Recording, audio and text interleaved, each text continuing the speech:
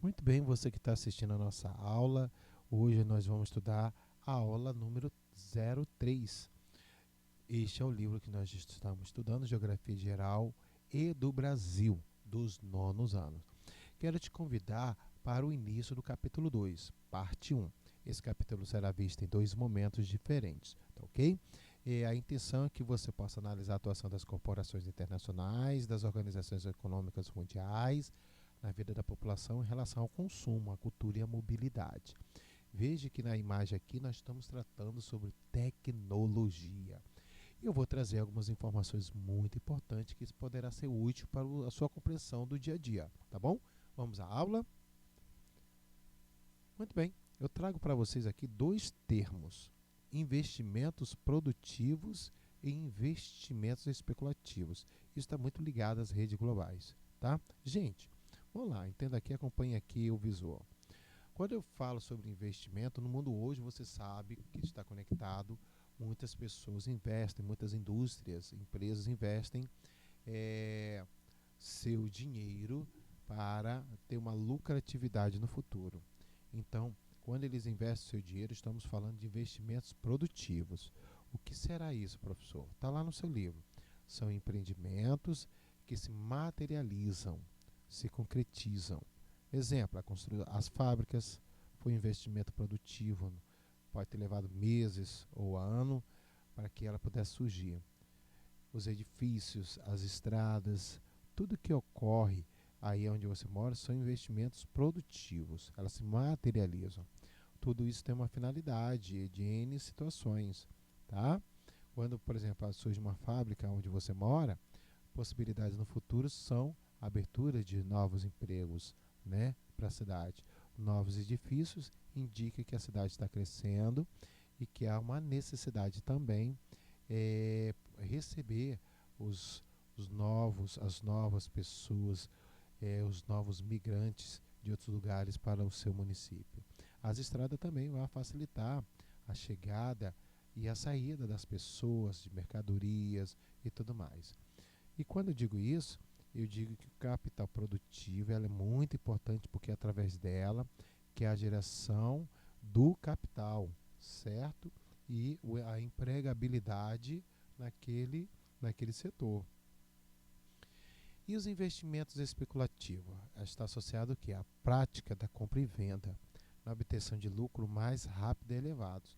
Por isso que no mundo há uma crescente necessidade das multinacionais, empresas multinacionais, é, construírem fábricas, levando as suas filiais para outros lugares, construindo as suas fábricas para facilitar o domínio do mercado consumidor naquele local. Aí surge, né, eles esse investimento produtivo. Quando estão prontos, vem os investimentos especulativos agora, ou seja, aquele que foi investido na construção da fábrica, dos edifícios, estrada, agora vem os especulativos, que vai associar o que? A venda do produto por um determinado preço para que obtenha lucro através daquele consumo da própria sociedade. Então eu tenho aqui que os capitais produtivos, né, relacionado aqui ao tema, eles são investimentos de longo prazo, tá? Na construção, como eu falei, o tempo da construção de uma fábrica, de um edifício, da estrada, isso se dá porque na instalação dessas unidades produtivas, na compra, há uma compra dos equipamentos, investimentos imobiliários, fabricação de produtos, na mineração, entre outras coisas. Ou seja, se construiu, por exemplo, eu estou colocando aqui a fábrica, foi construída a fábrica, já foi colocada de pé. O que vai faltar agora é no interior dela, né? A parte da compra dos materiais, de onde é que vem os materiais, as peças, né? Dos instrumentos que vão fabricar determinado tipo de produtos. E quando eu falo para você do capital especulativo, é o que? É o aumento, certo, da capacidade de produção e ao mesmo tempo essa produção, o produto de quanto ela será vendida à sociedade. E aí, esse capital especulativo ele tende a aumentar ou diminuir dependendo da sua localização. Por isso que eu digo que o capital especulativo são capitais voláteis, elas são de curto prazo porque a necessidade é obter lucro a partir da compra e da venda, seja de moedas, a variação de valores. Então, esses capitais investidos no mercado financeiro no planeta é por intermédio de dinheiro eletrônico depositados instantaneamente nas bolsas de valores de todo mundo. Hoje nós conhecemos o que? O chamado Pix, que é uma forma mais rápida do comerciante receber o valor da venda do seu produto mais rápido, uma transferência bancária que antes a pessoa levava horas e horas numa fila de um banco para fazer uma transferência na conta de outra pessoa, lembra? Pois é, hoje não, hoje a pessoa já faz essa transferência em tempo real e em segundos a pessoa já recebe o dinheiro depositado na sua conta. Olha que facilidade, o quanto esse sistema mudou. Então, ou seja, é nessa situação. E quando eu falo de capital especulativo, quer ver um exemplo bem diferente para você entender? Por exemplo, uma pessoa investiu um capital, fez um investimento produtivo. O que ele construiu? Edifício para alugar apartamentos. Certo? Até aí tudo bem. Então, sabe, a pessoa construiu edifício para apartamentos, para as pessoas morarem naquela cidade. Ele fez um investimento produtivo. Qual vai ser o seu retorno? Através do investimento especulativo. Se ele fez esse edifício no centro da cidade, você acha que o preço do aluguel vai ser barato? Comparado com aquele que está bem distante do centro da cidade? Não, né? Vai ser um preço bem alto. Quem tem o poder aquisitivo de pagar um apartamento mais caro, lógico, vai preferir ficar nesse edifício. Lógico que a pessoa vai ver as vantagens que esse edifício possa oferecer. Garagem, segurança, né? Conforto, proximidade dos supermercados, escolas, né?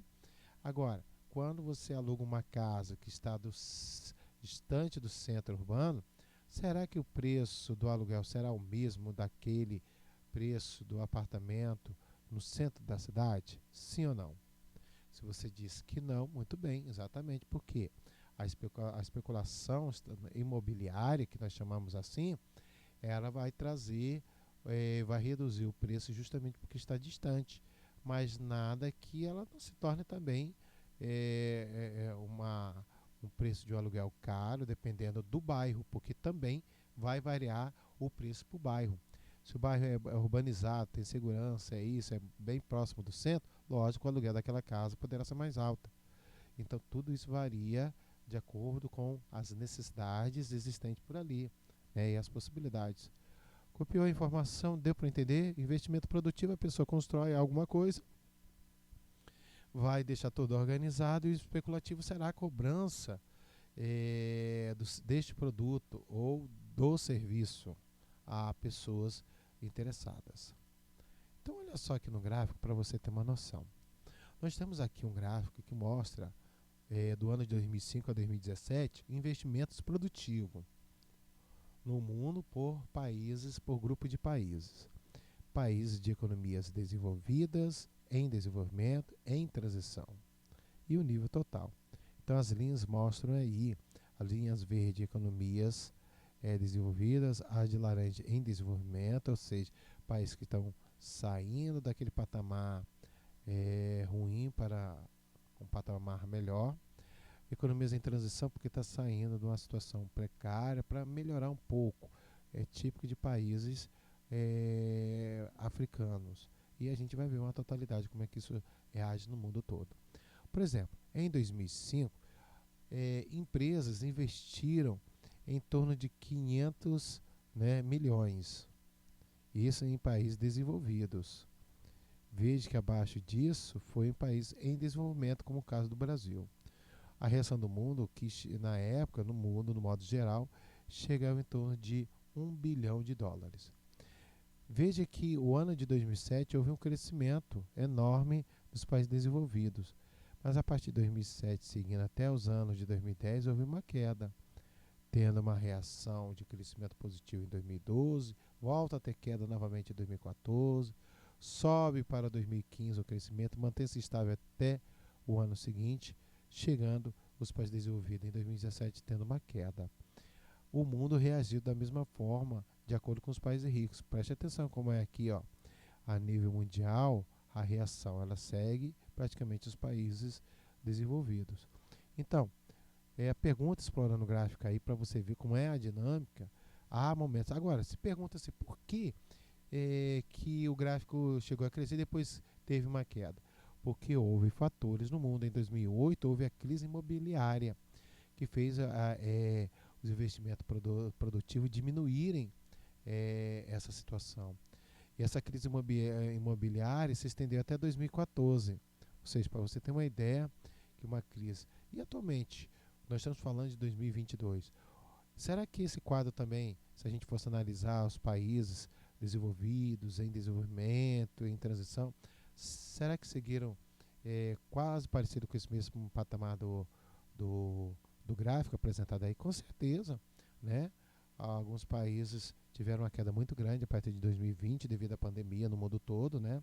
Algumas empresas pararam, tiveram que dar uma paralisação nas suas produções e muitas empresas em diversos países sentiram essa pressão, né? Então, eu posso dizer para você que dentro dessa situação, além de 2007, o ano de 2013 e 2014, houve um fluxo de investimento que também teve uma queda, tá vendo? Entre 2007 a de 2009, uma queda constante, tá vendo? 2009 adiante houve um equilíbrio até um crescimento. E ele pegou como se comportou o fluxo de investimento produtivo no mundo entre 2005 e 2017. Ou seja, 2005 para 2007 houve um crescimento, mas o decréscimo a partir de 2007 começou a imperar no mundo também. Então, os países eles se empenham cada vez mais em atrair investimentos produtivos, ou seja, atrair mais empresas para aumentar o quê? Os empregos. Aumentando o emprego, aumenta também a arrecadação de impostos. E aí, criam riqueza e estimulando o crescimento econômico daquela nação. Então, é através dos capitais produtivos que depende das políticas econômicas favoráveis. Por exemplo, se no país há uma facilidade de entrada de dinheiro estrangeiro, então o país tem uma grande preferência de aumentar sua arrecadação. Mas quando há um problema da crise política, não há um entendimento em relação a isso, os investidores acabam se afastando daquela nação, levando os seus interesses econômicos para outros lugares. Isso quem perde muito das vezes é o Brasil, né? Olha aqui, os principais receptores de investimentos produtivos em 2017, ou seja, quais foram os países que receberam muito investimento produtivos dessas multinacionais? Lógico, em primeiro lugar está os Estados Unidos, seguido de China. Em terceiro vem aí a ilha de Hong Kong na China, que também chega, e o Brasil. Tá vendo? O Brasil aqui se encontra em quarto lugar de preferência de investimento produtivos. Tá? Aí se a gente fosse classificar país desenvolvido e em desenvolvimento da ONU, como ele coloca aqui, quais são as economias desenvolvidas, quais são em desenvolvimento e transição, eu diria para você o seguinte, um exemplo, país de economia desenvolvida, Estados Unidos, França,